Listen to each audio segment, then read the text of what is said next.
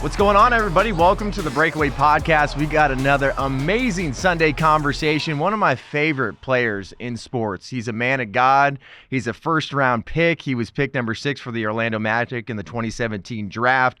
Grew up in the Bronx. He played for IMG Academy. He's way better at basketball than I'll ever be. He's a guy that can actually jump. Jonathan Isaac, welcome to the show. Man, thank you so much for having me. I'm excited to talk with you.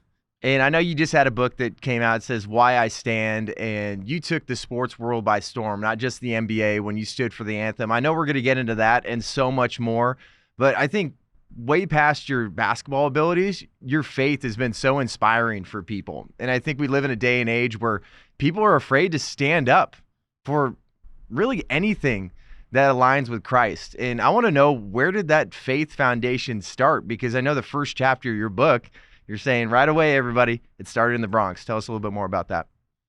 Yeah, it's so much. So whenever I get the question of like, where did the faith journey start? It's like that's part of the reason why the book is in place, because there's so much that goes into that journey. And so I grew up in Bronx, New York till I was about 10. And that's where the first like spiritual understanding or grounding began. My dad had us in church like every day of the week. Like we had to memorize whole Psalms and we had to sing and all that stuff. But did you have to dress to the nines and everything too? Like your dad told you, get the button up on, you're putting the pants up.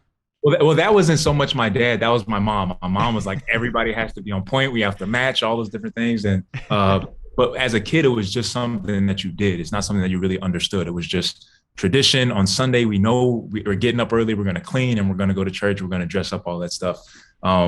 So yeah, that's where it started for me. But once my parents split up when I was 10, and I moved from Bronx to Naples, Florida, and then going through college and all this stuff and getting to the NBA. The NBA is really where my faith journey really started. And I was ever since I was young and moving from New York to Naples, I had really struggled with anxiety. And it was because of going through this culture shock, not having my dad anymore, and then having to try to fit in with all these kids in this new place, white kids for that matter, all these kids in this, I really struggled. And so I was called Ethiopia. That was my nickname pretty early on for me getting there because I was so skinny and dark skinned. But it was just really tough for me to adjust because, it was the first time I started to feel self-conscious. And, being in the Bronx was easy. Everybody was the same. We all went about things the same way. I didn't know that anybody was, nobody was necessarily economically better off than anybody else. And so, going to school and wearing the same things and seeing everybody else, I just struggled.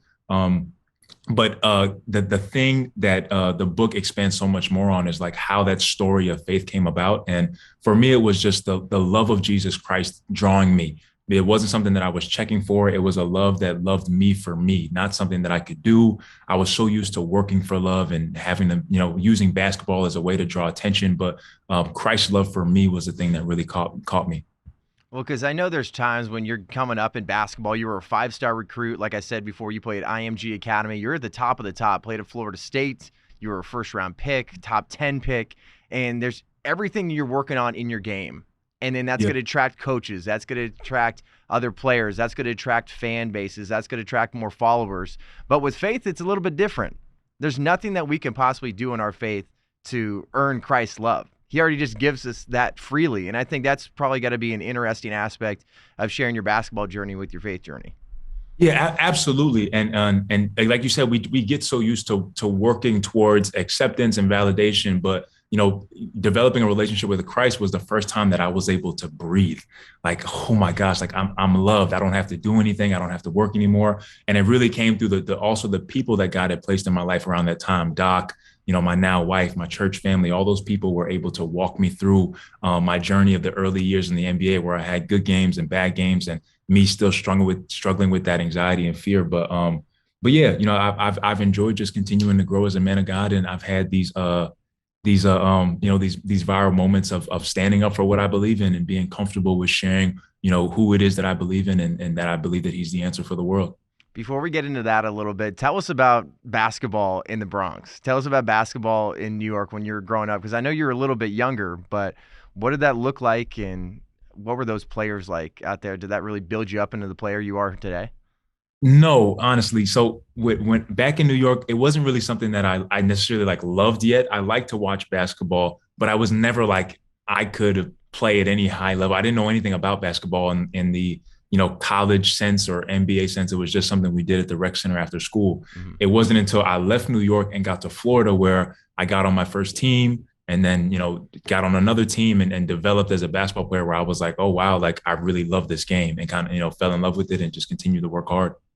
Tell us about your middle name, Judah, because I know Judah. Jonathan. We share the same first name. I'm Yeah, named after Jonathan, David's best friend in the Bible. But I think sir. it's interesting that middle name Judah. There's so much significance behind that, especially in the faith community. Yeah, and well, first off, in the faith community, but just for me in general, like because of the things that I've struggled with and fear and anxiety, and especially me not knowing about the significance of my middle name until I got a bit older, it seems so godlike to where it's like I'm growing into this I'm growing as a man. I'm growing, in confidence and boldness. And at the same time, I'm finding out that my middle name is Judah and Jesus is the Lion of the tribe of Judah. And I love lions. And, I think I got a lion right there, a lion Yeah. right there behind me. A lion is my screensaver on my phone. So I started to adopt, that I am a lion and I can be bold and I can be confident in a way that I'd never been before in my life. And so I just think I think it's fitting, humbly, I think it's fitting, but, yeah, I love the significance and my signature is Judah and yeah. I love that when it says in Genesis 49, like a lion he crouches and lies down, like a lioness who dares to rouse him.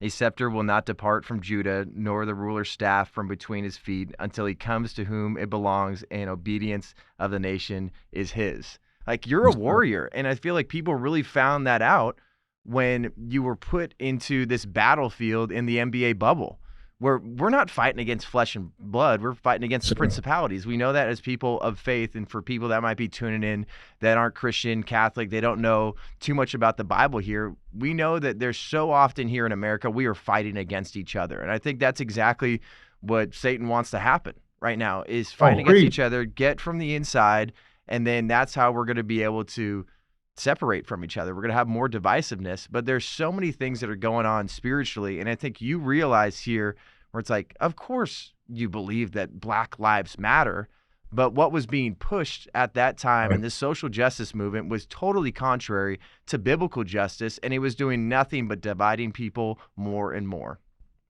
Exactly. I think you hit it right on the head. But yeah, again, not that I disagree with the phrase Black Lives Matter, but Mhm. I never felt comfortable inside of the movement. So if I was talking to somebody who was an advocate for Black Lives Matter and we had a conversation and they say this is what we need to do, and I said, you know what? Well, I believe that Jesus is the answer. I was shunned. That's not what we're talking about right now. We're not there. This is not time to pray. This is not, and I was like, okay, like this movement isn't for me. And so once we got into the bubble and there was all of this pressure and everyone saying this is what we had to do, I was like, I don't see that as the answer. I see it as your answer, but it doesn't have to be my answer, and I don't have to feel. Even though it was terrifying, even though I was afraid to do it, I decided that, you know what, I am going to stand up for what it is that I believe in. And, at the same time, respect other people's beliefs, but stand on my own. What was the reaction from some of your coaches and teammates or even the fan base? Because I know we live in a world right now where they're like, I'll shoot Jonathan a DM and be like, I really like what you're doing right now. I agree with it, but I'm not going to say that publicly. And then it seems like sports media wasn't even asking you to or giving you the ability to explain your stance too much. It was a little bit like, all right, Jonathan's going to do what Jonathan's going to do, but let's focus on the Milwaukee Bucks or what does LeBron have to say? And it seems like they were pushing you off to the side and hoping that there was another distraction or deflection technique they could do and another story that would trump what you're doing right now. Well, it was tough because it was such an emotional time. And so when I decided to do what I did, obviously the first reaction is a negative one. Everyone's like, this is he's a sellout. He's doing this for himself and attention and all that stuff. And once I was able to sit down and have the press conference or the post game media scrum where they're asking me questions about why I did what I did and how I felt, and I was kind of able to share a bit about why I did what I did and why I believe that Christ was the answer, and that we all fall short of God's glory. That's when everybody kind of was able to take a step back, but there was obviously still that large sense of negativity around it, but even more encouragement. And so detailed in the book. My teammates didn't take it all that great right away. We had a pretty heated discussion right after the game, the next day after the game. Was that like a team discussion, Jonathan? Like all together, let's come in like coaches, players, or was it no. players only? What did that look like? This was a player-prompted, players-only meeting about me. And so we were on the bus coming back from practice, and I get a text to my phone, players-only meeting, meet here. And as I'm getting off the bus, one of my teammates tapped me and says, like, heads up, this is about you.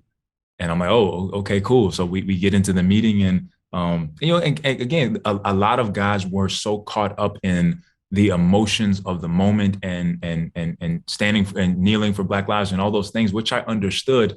But what I wanted them to understand is that I didn't believe that kneeling for the national anthem or wearing a T-shirt was the answer needed for the hurting times that we were in. And so we were able to have our heated discussion. And pretty much I was like, guys, you believed in what you were kneeling for.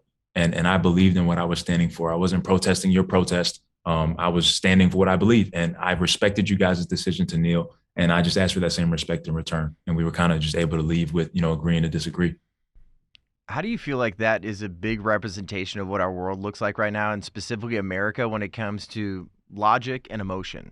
Because rightfully so, I think there's so much that goes on. I mean, even right now, gun violence is a huge topic of conversation. As we talk right now, the NBA Finals are going on. Steve Kerr had his viral moment. And I think Steve Kerr, I adamantly disagree with his politics the vast majority of the time. But I actually do believe Steve's heart is in this, and he really wants kids to be safe. And I believe there's so many players and coaches and people around the NBA community that care about Black lives. They care about kids, but things get so emotional that they're forgetting about, what's this actual legislation, or what is this organization that we are promoting that is a self-described Marxist organization that is nothing to do with true American values or even family values when it comes to the nuclear family. That's something I know you talk about quite a bit. That's something that's God's instilled, and I think has made us a better society when we have a strong nuclear family. We have a mom and a dad in the home, but it seems like right now emotion totally trumps logic. And even as you see, some of the stuff that has come out about the Black Lives Organization and how they handle funds and all those things, I think if you had a survey of everyone kind of hearing that information and said, would you have gone about it the same exact way as you did, a lot of people would say no, now knowing where a lot of that money went. And so it is just so human nature to get caught up in the moment, to get caught up in the first wave of somebody showing support, but not necessarily looking into exactly what are they advocating for. So, like we were talking about the gun violence and what are going to be the policies that are going to best help protect our children, but at the same time honor the freedoms of American people. And it's two sides of a coin, and you have to walk that diligently and really have a logical conversation. But we're so cynical as a culture, and it's everything is so divided, and it's hard to have real conversations for real solutions. But I've just tried to continue to just kind of lead these conversations with Christ and kind of get to people's hearts past the craziness of the emotions and try to humanize conversations. And I think we have to be real with ourselves. Like, I definitely get emotional. I like to pretend like, I'm all about logic, but there's plenty of times where I'm like, all right, man, okay, maybe I need to put my phone down. I don't need to do a reaction to this right away. But going back to that players-only meeting, was there anything you took away from the other side that made you rethink your stance at all, or led to more discussion and conversation that found some sort of healing between you and a player, or you with the team as a whole? No, but the reason for that is because I understood exactly where they were coming from. It was the part of me trying to get them to understand where I'm coming from, where it's like, I see the same thing that you see. And I understand that a lot of this comes from our past and what our, Black people have had to go through. And there's bitterness and there's resentment and there's anger that's built up. And then you have this moment of George Floyd. It's like, and everything just breaks, and it's time to avenge everything that has happened over the last 400 years. So I get it. And I get the passion behind it. I get the advocacy and all those different things.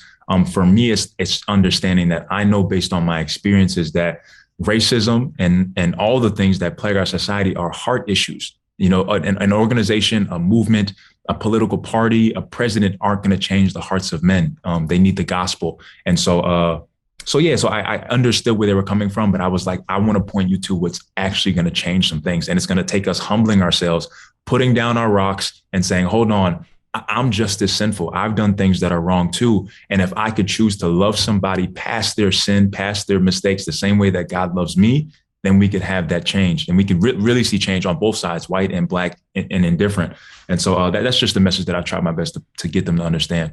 So when people are asking you about racism, I'm sure there's so many people that are trying to gaslight on basically the left side of the aisle. That's what I would like to describe it as. When they look at you and you're like, "Do you not believe there's racism in the United States, Jonathan? Like, do you stomp on the graves of people that have had to deal with some horrific acts from white people?" I mean, I think they try to use that as like, are you living in some sort of alternate reality, Jonathan? Like, look at what's going on. Can't you just turn on CNN and actually see what's going on here? But I think for you, you're explaining it perfectly. This is a heart issue. And people like to say it's a systemic issue. Like there is some sort of original sin here of racism that we have to bow down every single day to this new idol and say, I just apologize for this privilege that I did nothing to deserve whatsoever. And it seems like all they're going to do is try to attack you and pressure you to just join this one side and not actually listen to what you have to say and totally disregard sin nature in general. Mm-hmm. Well, I think that's why it was important for me to tell my story. And so being able to talk about me getting to Naples, Florida and being called Ethiopia, that was my nickname. So when somebody saw me in the hallway, I was Ethiopia because of how skinny and dark skinned I was. So I've experienced racist individuals. I've experienced racist situations. But again, having my own heart change to where I'm not only looking at the sin of others, but I'm seeing my own shortcomings. And so it helps me to understand that we all fall short of God's glory. And somebody being racist is no different than somebody sinning in a different way. And it's a terrible sin. Don't get me wrong. But at the end of the day, we're all in need of a savior. And I know that God has loved me first. So when I was a big point that I tried to make about the book is there's a verse that says, herein is love. Not that we first loved God, but that God first loved us. So it's God saying, I know you're sinful, but I love you and I'm calling you to myself. And so the same people who were racist to me or anything like that, my goal isn't to judge them. My goal isn't to condemn them to hell. Is to say, I forgive you and I love you as hard as it is, but I want to be forgiven for my sins too. And so to be forgiven, to get forgiven by God, you have to forgive yourself. And so I've just tried my best to show that love to the other side, but at the same time to stand up for what it is that I believe is true. So I stood for what I believed in, but I tried my best to reach a hand across the aisle to the other side too. Well, you know what's silly is men and women's sports. And you know what else is silly? This look right here. But something that's not silly is Good Ranchers. I know food is a huge part of the sports experience. And what if you could party down with your friends, maybe go a little sports watch party and donate to TPUSA at the same time as eating good? Now you can with Good Ranchers. They sell 100% American meat, and they believe so much in what we're doing right here that they'll donate $50 to TPUSA on your behalf when you purchase from them. Good Ranchers delivers steakhouse quality beef, chicken, seafood, right to your door. And with our code TPUSA, that's TPUSA, donate 50 buckaroos to our mission while getting absolutely delicious food. Head on over to goodranchers.com/TPUSA today. Get ribeyes, New York strips, gourmet burgers, and so much more. Anything your heart desires, order now with promo code TPUSA, and $50 will be donated to our mission of sharing and preserving true American values, which includes getting men the heck out of women's sports. Go to goodranchers.com/TPUSA to get a box today. Once again, use promo code TPUSA at goodranchers.com/TPUSA. Do good while you eat good.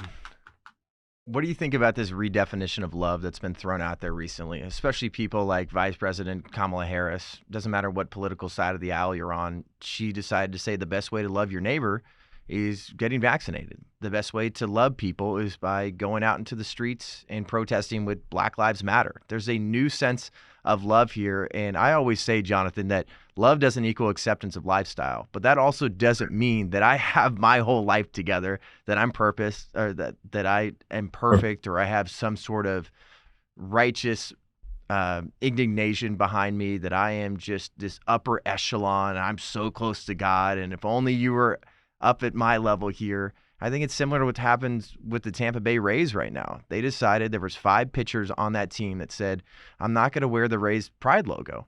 And I don't feel like that goes along with my faith, but that doesn't mean that I don't love people. But there's a Right. total redefinition of love right now. Well, and the interesting thing about it is the redefinition only goes one way. And so the only way to love people is to be completely inclusive to other people's ideas, but they don't have to be inclusive to yours. And so that's the thing that I think that's been terrible. You know, you have the lady who goes on TV, I forget her name, but says, that these guys are bigoted. These guys are hateful people, and they need to do Sarah more Spain from ESPN. and using their Christianity as an excuse, and says, you need to do more research on the issues. And what I'm thinking is you need to do more research on the faith that Jesus doesn't call a good book.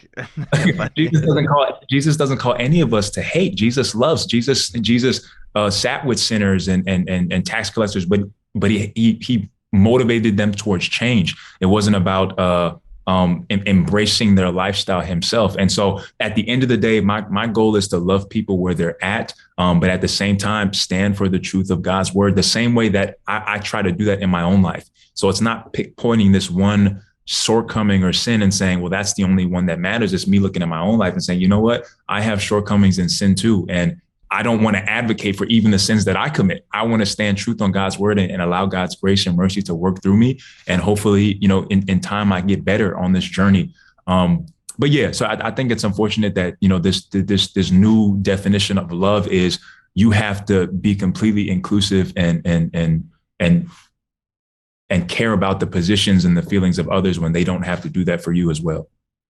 I saw a really good quote recently, Jonathan, talking about how we're all in need of rebirth. And that's a weird thing for people to try to comprehend that aren't Christians themselves, because a lot of people just say, I was born this way. I mean, and that's not just going along with just Pride Month right now. It's like you might have a presupposition to violence, maybe alcoholism. And if you're going to start using that as a crutch, that maybe my dad or someone in my family was like that. That's just who I am. And they start going from there to they're finding their identity in things that aren't of Christ at all. But when people say I'm born this way, that's why there's an emphasis on needing rebirth. How do you explain that to people that aren't in Christian circles? Well, I think that's the thing. It's really hard to. And I think the thing that opens up the door to be able to explain it to them is love.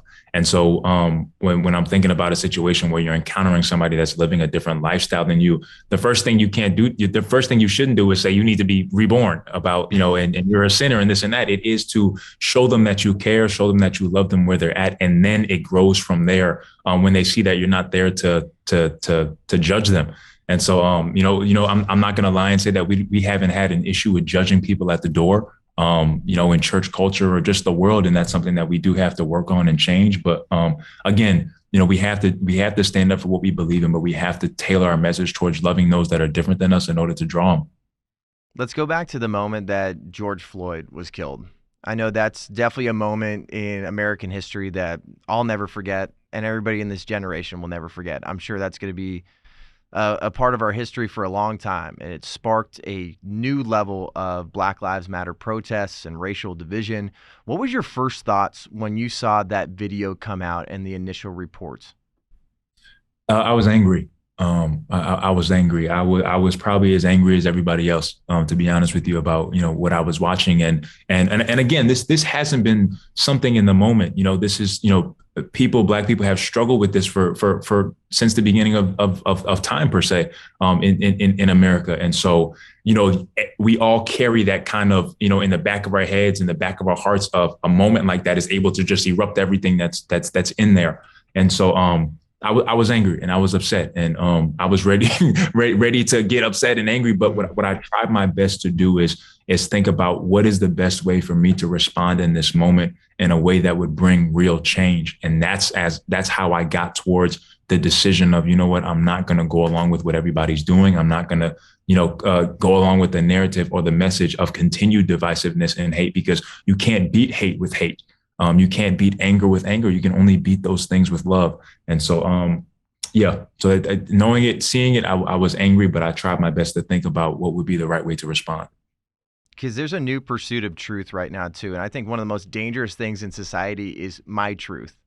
And there's no such thing as my truth. There's the truth or it's a lie. And I think right now people are telling you they're conflating my experience with my truth. And then they're painting with this broad brush. So I'm sure they hear a story like yours, Jonathan. They're like, well, you were angry about George Floyd, so why don't you turn that anger into protesting in the streets? Why don't you turn that anger into posting a black square on social media? Why don't you turn that into making sure that the white people in your community or your circle know that they are complicit in things like this that are going on? And I think that turns into well, people have had bad experiences before. And I always want to make sure that I emphasize that. And I've played sports my entire life, and I've seen things that teammates have had to deal with. And those are wrong. But to pretend like there's some systemic problem right here and that the only way to fight back is with some sort of violence and hate and fighting racism with racism, it seems like people are really buying into that. And unfortunately, I think a lot of people are naive to the whole situation. And I think that starts with a not grounded in their faith whatsoever. Yeah, I think it's just it's a multifaceted, nuanced conversation. It's not as black and white. It's as saying, not saying that you're saying this, but it's not as black and white as saying there's no racism. There's no grain of systemic racism anywhere, and end of story. And there needs to be no other further conversation. But at the same time, it's not as black and white as saying all white people are evil. And no white person has done anything to advocate for. And the only way that you can advocate is to pledge your allegiance to the Black Lives Matter organization and movement. It's just more nuanced than that. And we're just not ready to really have that conversation. But on the side of everything that was going on with BLM, the riots and all that stuff, it's just not a strategy, in my opinion, that is going to work. And I think we've seen that over the course of this entire time. All it does is continue to alienate both sides, and everybody hunkers down on their tribal side and continues to argue across the aisle. But people have to be willing to step out and step across and show grace and mercy, because they want grace and mercy in their own lives. Yeah, and I think there needs to be a sense of agree to disagree. I definitely looked at Vodi Bakum quite a bit. We just had an interview with him the other day that's going to come out very soon. I think he's been a great advocate for sitting down and having conversations about everything that's going on here. It's like, hey, from our Christian perspective, this is the way I look at things. This is actually love, and here's how we can pursue truth together. And it seems like right now, too, a lot of people are unprepared for situations like this, and then they just go along. And I know you've said that with the vaccine and this social justice movement, it's groupthink. And it is so – people that haven't been on teams, they have no idea what it's like to try to stand out on your own and, like, put in that extra effort, that extra rep, that extra little effort to try to win that wind sprint or something like that. And then now when it comes to a social issue, when you have millions of eyes on you, what are you going to stand for? And I know this isn't the perfect comparison, but I saw your stance as kind of like a Shadrach, Meshach, and Abednego kind of situation. Are you going to bow down to this idol that everybody's telling you, like, just do this for this moment? A lot of people won't remember exactly who kneeled at all. Just go along with it, and then we'll move on. But if you're not going to stand, like, Christ is going to stand for us consistently, even though we don't deserve it. So who are we to not stand for him when we are faced with complications and crazy situations like you had to deal with? Well, I think what you said is right in terms of being unprepared for the moment, and then just going along with the emotion of the moment and not thinking from a spiritual standpoint. And so even when you see something like George Floyd or something like that, our first inclination is the natural, is flesh against flesh. But at the end of the day, we don't battle against flesh and blood. We battle against principalities and powers. So there is influence from dark places that are trying to get what they want to happen. And so when things like that happen, we have to think from a spiritual standpoint and say, okay, what is going to be the thing that is really going to create change? And again, in that moment, I couldn't think of anything better, any better message than the gospel. And so I know that by the book and the story that I've been able to tell through the book, that people are being encouraged and inspired to stand in the future. And that's exactly what I wanted to come out of it. I wanted people to read my story and say, you know what, I can stand too. And they're going to be, as the world continues to get darker, the necessity to stand for your faith is only going to become more and more paramount, but at the same time, harder and harder to do. And so I just want people to be encouraged to stand up for what they believe in. Did you know on July 31st, 2020, that you were going to stand? Was that something that came up like a few weeks prior, or was that something a few days before? Was that the day of? Literally a few days before. And so how it happened was the day before, there was whispers of it in the bubble. So there was whispers of, I think that everybody's going to kneel. And the first game was approaching. So we had all these exhibition games that didn't count. Nobody kneeled for those. But then we had the first real playoff game the first couple games before the playoffs that was coming in. Mm-hmm. And there was whispers of guys going to kneel. And so one day the first team kneeled and we were set to play the next day. And so we had that team meeting and everybody's like, we have no choice. Everybody has to kneel. This is what we have to do. And that's when the question was kicked to me, Jonathan, what are you going to do? And I was like, I'm not kneeling and I'm not putting that t-shirt on. But I had a conversation. So they said, Jonathan, sorry to cut you off. They were saying like, we have no choice. Like we have to go along with this. Yeah. I mean, that was a large part of the sentiment, that there were guys who were absolutely adamant about being a part of the movement and kneeling. But the larger consensus in the room was like, what the heck? We like just do it. We don't have a choice here. A team already kneeled. We can't be the first team not to kneel. Just do it and get it over with. And that's when somebody looked at me and was like, well, Jonathan, what are you going to do? And so I was on the phone with my pastor the night before I knelt, and I was telling him about how crazy this thing was going to be. I knew that I was going to be a coon. I knew that I was going to be an Uncle Tom. I hadn't signed my contract yet. So my contract extension was still up in the air. And he told me, he said, you cannot stand for God and God not stand for you. And that was kind of, the deciding factor. You know what? I'm going to stand tomorrow. And who's that mentor of yours? He's part of Jump Ministries, right?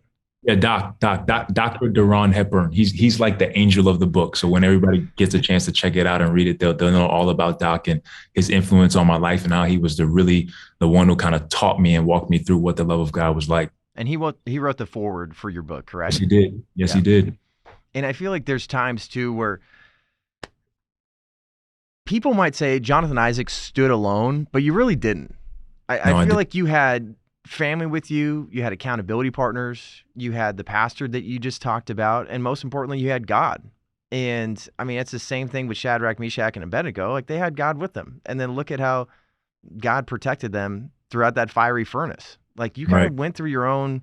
I don't like when we have this like, oh, am I David and this is my Goliath, or am I Shadrach, Meshach, and Abednego? But I feel like in general, like we're thrown into some fires, and you definitely were. And I think the fire started probably just immediately after. And one of the most disgusting things I saw during that time, past all the riots and the divisiveness, was when you got hurt. And a lot of people trying to say that was karma. And seeing people just flood Twitter and social media celebrating someone like you that has stood on his faith and worked so hard to get to where you're at in the NBA, to celebrate an injury. I thought that was disgusting. How did you respond to those? Did you look at those tweets? Did you look at those comments? How did you feel? You had to see them. They're flooding your feed, but at the end of the day, what it speaks to is just exactly where we're at, and it speaks to those same people wanting justice, and it's the story of Christ. It's the story of wanting forgiveness from God, but not being willing to give forgiveness to anybody else. And so, the Bible says that if you want mercy, you have to be merciful. And so, seeing people come out, like, again, it just speaks to why we need God and why I stood in the first place. And so, it was definitely tough getting hurt. It was tough, but I'm so glad that I had the people around me that I had, because they were able to walk me through the situation. And now that I have a tangible book that people can read and be inspired from, it makes it all worth it, where I can see God's purpose through it all. And if I didn't get injured, there wouldn't be a book. I wouldn't have had time to write it. And so I know that God's plan was in it at the end of the day, and I'm ready to come back next season. And how are you feeling right now? Because you unfortunately had another injury too, and you've been out of basketball. I think we've been missing you big time. Like the game of basketball has changed so much, and you're the kind of guy that I know they've called you the minister of defense. You, and you can block shots, you can play Yeah. defense, you can hit the three. Man, you can run the floor, and I think we've missed that. And how are you feeling right now? Are you ready to rock and roll for next season? What does it look like? Yeah, I feel great. I'm continuing to get better throughout this summer, but I think it's looking like I'm going to be ready to go and rock and roll to at the start of the season. So I'm excited about it, Let's go. especially now that we're the number one pick in our young group. That's gonna be fun. Am I allowed to ask you who you think you're gonna go with, or the team's gonna go with?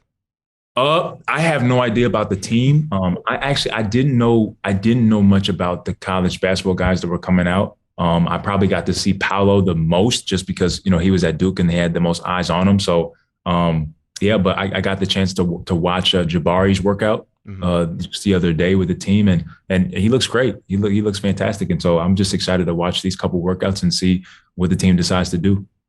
Let's transition a little bit into some vaccine talk, because I know that was another thing. Is just like Right, people are looking to you. Once again, you're standing up, and there's a lot of people that aren't articulate like you, Jonathan. And maybe that's why these players decide not to speak up, because they know things are wrong, but they just don't know how to formulate that.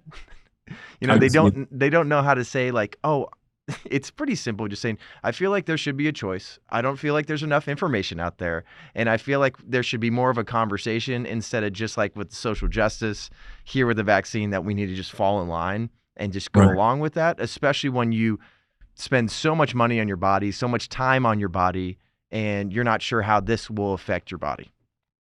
Well, yeah, and also it's just saying that my thoughts and feelings are valid. And the same way that people come out and say, this is what we need to do, those are their thoughts and opinions, and we validate them and respect them, but we don't respect the other side of many issues or conversations. And so around that time, if anybody talked about natural immunity, if anybody talked about Heaven forbid. the survival rate of COVID in the first place, you were shouted down as crazy and not loving your neighbor. And so one of the things that I said on the podium was loving your neighbor is not just loving those that agree with you, it's loving those that don't. And so what I try my best to do is just validate people standing up for what they believe in, especially when it's founded in Christ. And so, we give so much space for people to talk about what it is that they believe, but the other aisle doesn't get that opportunity. And so with the vaccine, I try my best to just take a step back and look at everything that was going on. And I was saying, there's a 99.97 survival rate. I'm young, I'm healthy. I don't have any comorbidities. I had COVID already in the past, so I had done a ton of research on natural immunity and even spoken to some doctors. And I was like, this isn't for me. I'm not going to take it just because everyone's saying that I have to. And then on top of that, I don't see the wisdom in taking a chance with having an adverse reaction to the vaccine and still getting COVID after taking it. It didn't make sense to me. And I wanted to stand with the people who were losing their jobs, the people who are having their religious and medical exemptions denied. I wanted to stand with them. Did you ever have a conversation with Kyrie Irving? Because I feel like he became the poster boy for refusing the vaccine and really standing up for Americans. And it was an interesting place for him to be in New York City, where he could go watch the Duke men's basketball team play in the same arena that he can't play in. He was maskless, he was unvaccinated, and I think it really made a huge difference. Did you ever chat with him? I reached out to him, but we never got a chance to connect. But I just respected his stance from a distance, and even a couple of other guys who were standing up and speaking out about it being a choice. I just respected their decisions and kind of cheered them on from the sideline. You talked about before how you've dealt with some anxiety growing up. Did you ever feel any sort of anxiety standing for the anthem or taking a stance against the vaccine push? Yeah, absolutely. One of the things that I made sure I mentioned in the book is that it's not just one snapshot and just anxiety disappears. What I've learned to do is trust God through it. And so one of the things that I said as well is that courage is not the absence of fear. Every single one of these stances, every single time I'm behind the mic, I was terrified about what it is that I was going to say and where they were going to take it and all those different things. But I was like, you know what? I trust the fact that God has me here for a reason. And I know that I'm standing on him and not trying to stand on my own intellect or on my own purposes. And so I decided to go through it.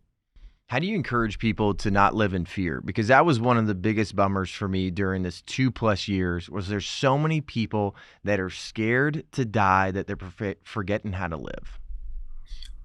I think I think you hit it right on the head. But I think encourage them is that it all of these things show that how fickle we are. But your hope and your trust has to be in something that's foundational, that transcends this life, and that's what it is with Christ. So when times that come and where something is fearful, I'm saying I don't have to be afraid because I know that God is with me. And so you have so many people who don't have that in their lives, and so when something comes to possibly threaten their life, they're terrified, and rightfully so, because they're all that they have, and so they will follow whoever is telling them the right thing to do instead of following Christ that says not to be afraid. And so yeah, I would just encourage people to develop a relationship with Christ and find the freedom in not having to be afraid of what this world what comes. I feel like you have such a demeanor about you, Jonathan, that is just like so calm, cool, and collected. And to let people inside your brain a little to be like, I was anxious, I was nervous. This is what was going through my mind. And I think that's definitely indicative of just who you have in your heart and your soul. And we see so many of these riots that we brought up before, and you've put on prayer walks. Like there's a peace inside of you, and then you want people to feel this peace when they see these prayer walks going. It's like you're not coming out here with weapons to try to just own these people on the other side or just absolutely beat them down with logic and hope that you just come out of these conversations or little events with some sort of victory for yourself. It's just you want God to find the victory and you want people to find the truth and do that through peace and grace.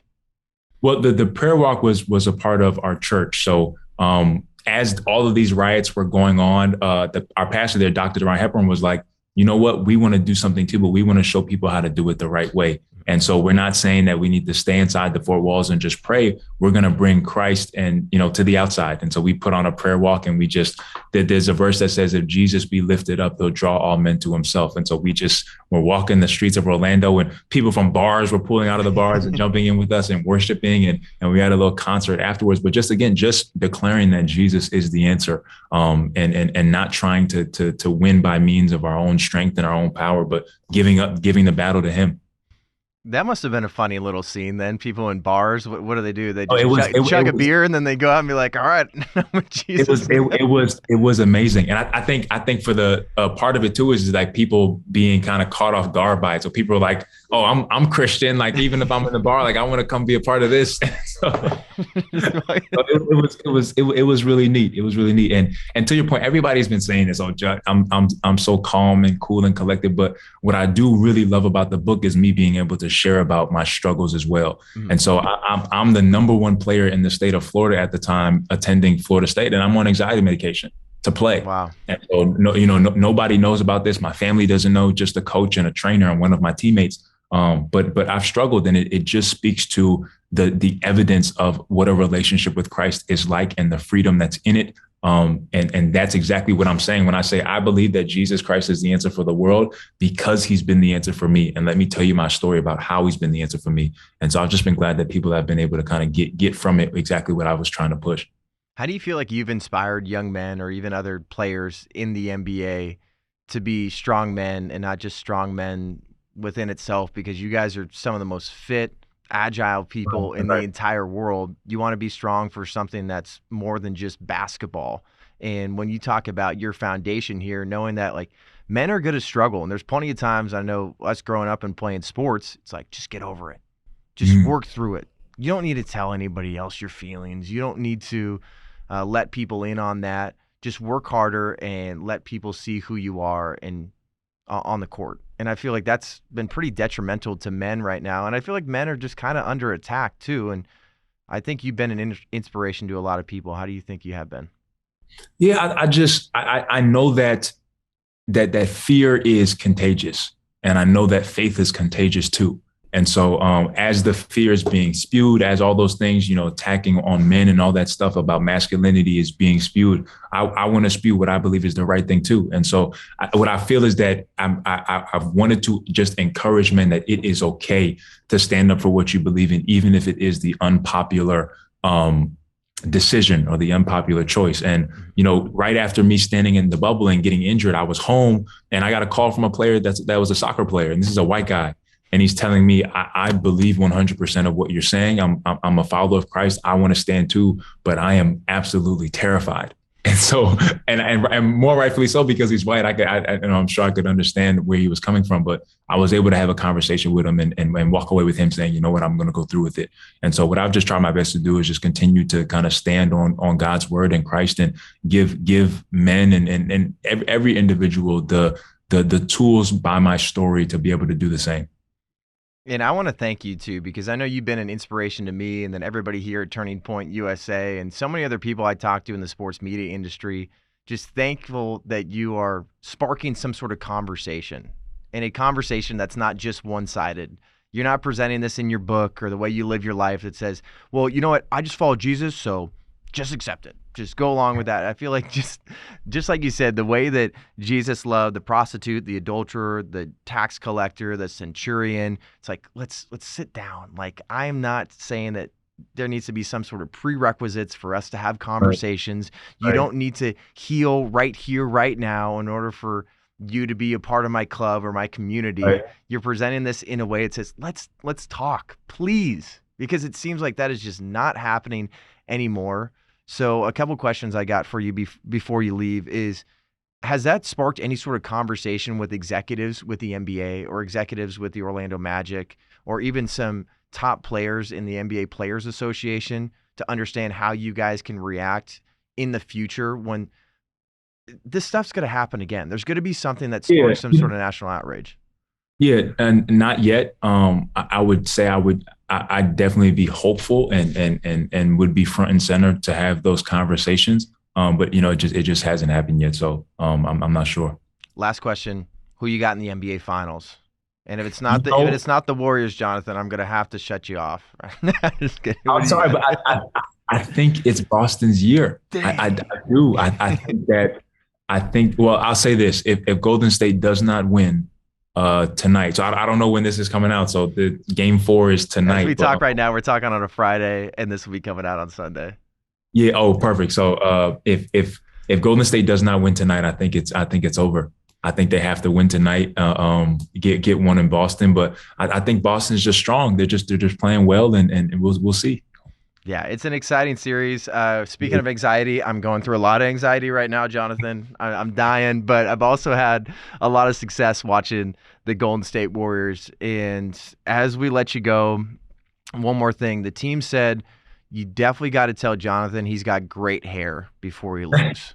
I appreciate it. And I would just, before I jet off, just encourage people to go check out the book. Like, really go on Amazon, check out Why I Stand. It is so much more than just, me standing in the bubble or refusing a vaccine. It really is my story and how a relationship with Christ has helped me to become who I am. Well, I think someone like you're definitely going to have something said to you. It says, well done, good and faithful servant. Very much appreciate you. In Jesus' name, I receive it. I appreciate it, man. And likewise. Thanks, Jonathan. Really appreciate you. Yes, sir. Have a great one. Well, there you have it. That's Jonathan Isaac. I think he's been one of the most inspirational players in sports. I know we've talked about it so much on the Breakaway podcast during the week, Sunday conversations, that I think sports is the ultimate unifier, or at least it used to be.